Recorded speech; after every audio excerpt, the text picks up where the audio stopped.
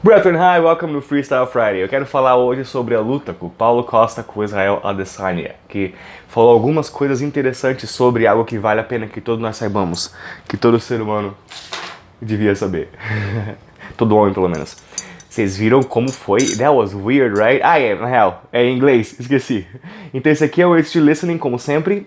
Vai ter legenda em português e inglês aqui embaixo. Here we go. So Paulo Costa fought Israel Adesanya in a very much awaited fight that it was very much awaited, as I just said, so everybody was talking about it, expecting the victory to be maybe the other way, or for the fight to at least be a little bit different if it were in the end Adesanya that had won. Because up until then, Costa had been running his mouth, and he did something that happens a lot in UFC, if you stop and think about it. A lot of fighters that start going through a huge winning streak, that enjoy victory after victory, become really cocky. And I believe that there is a biological reason for that, and that's what I want to talk about here.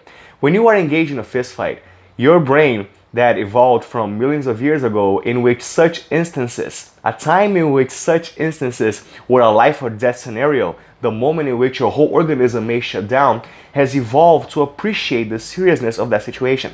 So whenever you are in a fist fight, your brain thinks you're gonna die, that there's a real chance that there may no longer be life for you. What happens if you win that?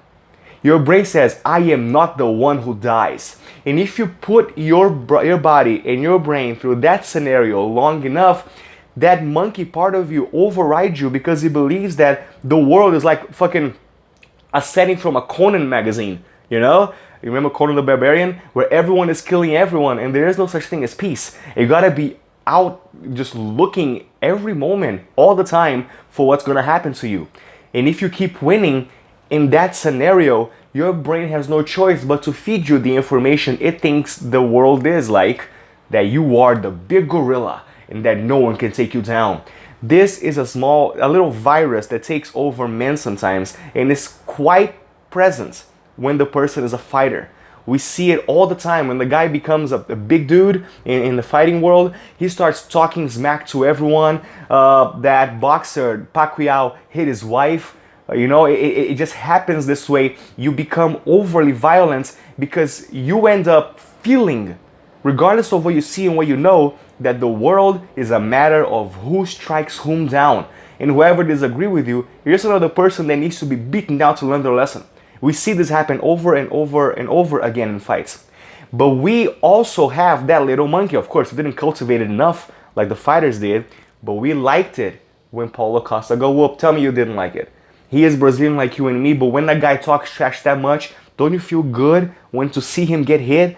What about us makes us feel that? You know? We all are collectively engaged in the same subconscious behavior of the monkey that has instructed us on how to survive when the world was the way it was, when the first model of us in the chain of evolution came about. We are the model that won, the guy that has been able to survive and have kids. We're still that DNA. It is deep in us. And that is something I believe is really important to consider because it acts on everyone, be they a fighter or whatnot, be they a fighter or not, especially if you're male. Have you ever stopped to think about why Employee of the Month exists? Yeah, someone came up with the idea, but why has it persisted? Because it's worked. And the reason it's worked is because of this monkey. All of us guys need compliments. And girls say that a lot. Guys need compliments, but it's not about compliments. It's about our brains, our id, our lizard brains, the lizard part of us, the one that has always been there, to understand that in the hierarchy in which we live, we are at least somewhat nice. We are addicted to this. And it's the reason that I don't keep putting up videos on Instagram saying, hey, sign here if you want to be a fluent speaker, like every English speaking coach or coach in general. I don't bow to that because I have these compliments from you guys and from the people that hear the music I make. Filled up with that very necessary thing, I have no desire to go after the car, after the lifestyle, after the house, after all this crazy stuff that people think is so pretty but ends up taking all of their time and all of their worry, and then they become unhappy. I don't know why. I don't go into this trap because my little monkey is filled thanks to you guys. But if a person doesn't fill up that monkey, he will dominate that person in the end, especially if you're a man. In the end of a person's life, or even in the adolescence, if their monkey is beaten down hard enough, they will distort the views of reality around them. And they will truly believe something that is truly not true. I'm saying true a lot. They will believe with their heart something that is patently not true because they need a worldview that supports the fact that they're alpha somehow. It will make a kid go into a shooting spree in a high school if he's bullied enough. It will make an old man believe the earth is flat, or that there's a cabal of child molesters in the Democratic Party. This is a real story called QAnon, and it's sweeping America by the thousands, and you can imagine where. In the middle states, in which factories have left because of outsourcing. These men, feeling useless, have fallen prey to the monkey that needs to tell them that they matter. And because of this, it convinces them of this narrative that makes no sense, but makes perfect sense to them. Because in this narrative, they know the truth. They are the Neo, the Keanu Reeves of the story. So this is extremely important. It may not appear so because you're not feeling it now, but it takes the life of every man that ignores it in the end. So if you're a guy, this isn't even just a listening exercise, it's a plight for you to move ahead in the thing you like to do and already start engaging in it, doing it for enough time so that you can also escape the monkey.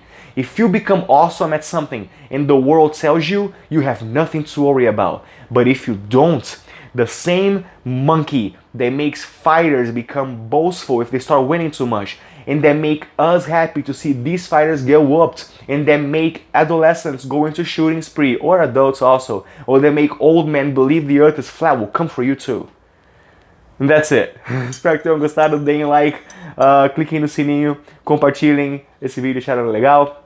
Nós temos um curso de inglês, mrmaia.com.br, tá aqui, ensina gramática, que é o que eu acho mais importante. Damos aulas lives gratuitas, segundas e quartas, às 8 horas da noite. Se não quiser fazer parte da live, mas quer ver o material, tá aqui embaixo também. Só isso? Temos inglês na arte também. Um outro quadro nesse canal que eu acho da horaça. Eu faço a narração, a galera da Mirtilo faz as imagens, é muito top. That's it, guys. Thank you. I'm Mr. Maya. I'm gonna finally enjoy this coffee that I made for this video, but never got to drink. Peace. Stay strong.